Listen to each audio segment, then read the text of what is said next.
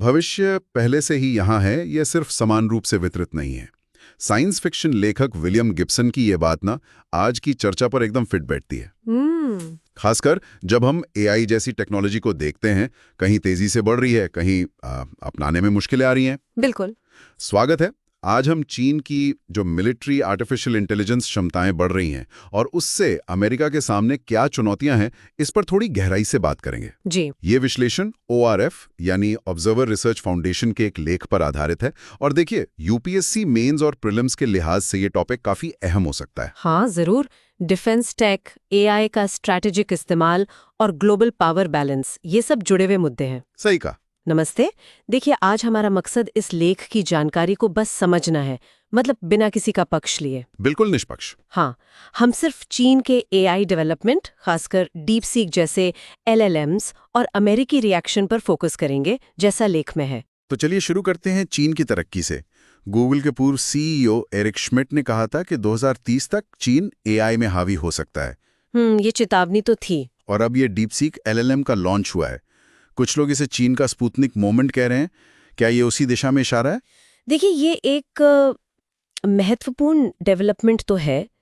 DeepSeek की सबसे खास बात शायद ये है कि इसे बनाने में लागत और कंप्यूटिंग पावर काफी कम लगी है। किसके मुकाबले? ChatGPT-4 या llama 3 जैसे मॉडलों के? जी हाँ, उनके मुकाबले।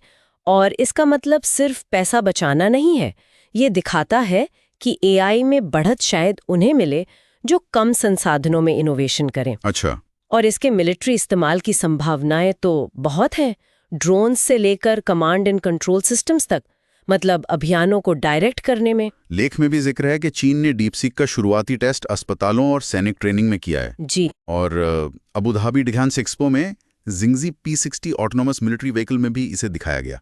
मतलब वो तेजी से आगे बढ़ रहे हैं। बिल्कुल। और ये भविष्य के युद्ध के लिए एक कॉग्निटिव लीप हो सकता है, मतलब सोचने समझने की क्षमता में एक बड़ी छलांग। Cognitive leap? कैसे? ये डीप सीक जैसे LLMs चीन के अलग अलग मिलिट्री सिस्टम को जोड़ने में, किल चेन को बेहतर बनाने में, चेन यानी टारगेट पहचानने से लेकर खत्म करने तक का पूरा प्रोसेस, वही, उसे ज्यादा एफिशिएंट बनाने में और अमेरिकी मिलिट्री के फैसले लेने की स्पीड को शायद पीछे छोड़ने में मदद कर सकते हैं। और चीन के ड्रोन बनाने की क्षमता भी इसमें जुड़ जाती है। वो युद्ध के मैदान में ऑटोनॉमस ड्रोन्स के झुंड उतार सकते हैं, स्वायत्त झुंड, जो सस्ते भी हों और सटीक भी। जी, जिसे प्रिसिजन मास कहते हैं, किफायती और सटीक निशाना लगाने की क्षमता। तो ये सिर्फ अलग अलग हथियार बनाने से ज्यादा उन सबको एक साथ असरदार तरीके से जोड़ने की बात है। हाँ बिल्कुल, यही नेटवर्क सेंट्रिक लड़ाई का आइडिया है। LLMs को इंटीग्रेट करके अलग अलग सर्विसेज में तालमेल से फैसले लिए जा सकते हैं। तो डेटा मिलने, फैसला लेने और एक्शन के बीच का टाइम कम हो जाता है। एग्जैक्टली।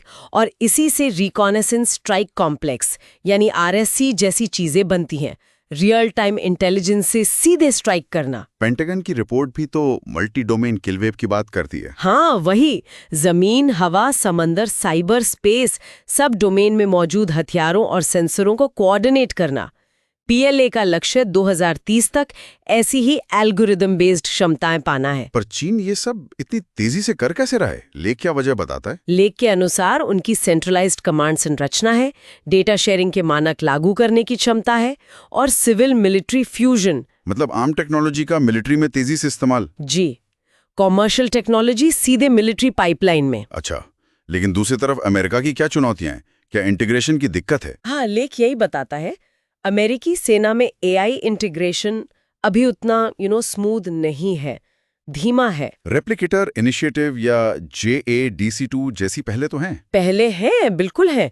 JADC2 का मकसद ही सभी शाखाओं को एक नेटवर्क पर लाना है, लेकिन चुनौतियां बड़ी हैं। जैसे सर्विसेज के बीच डेटा शेयरिंग की दिक्कतें, ऑर्गेनाइजेशनल स्ट्रक्चर, शायद कुछ कल्चरल बैरियर्स भी। और तकनीकी लेवल पर एक बड़ी प्रॉब्लम है इंटरऑपरेबल सॉफ्टवेयर की कमी, मतलब ऐसा सॉफ्टवेयर जो अलग अलग सिस्टम को आपस में आसानी से कनेक्ट करें, डेटा शेयर करने दे। तो इसके बिना एडवांस्ड प्लेटफॉर्म्स भी अकेले रह जाते हैं। हाँ, वो रियल टाइम में दूसरे सिस्टम से जानकारी शेयर नहीं कर पाते।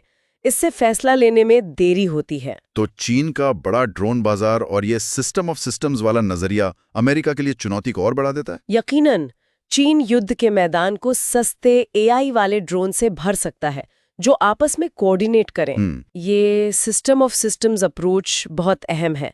हो सकता है चीन हर टेक्नोलॉजी में अमेरिका से आगे ना हो, लेकिन इन सिस्टम्स को LLMs से बेहतर तरीके से जोड़ने की क्षमता पासा पलट सकती है। यूक्रेन युद्ध से भी कुछ सबक मिले होंगे। हाँ, वहां दिखा कि छोटे AI वाले ड्रोन्स कितने असरदार हैं। हालांकि वहां भी उन्हें छोटे UAVs पर फिट करना, उन्हें ट्रेन करना, ये सब चुनौतियां थीं। और डीप सी जैसे मॉडल इन चुनौतियों का हल दे सकते हैं? शायद लेख इसी तरफ इशारा करता है।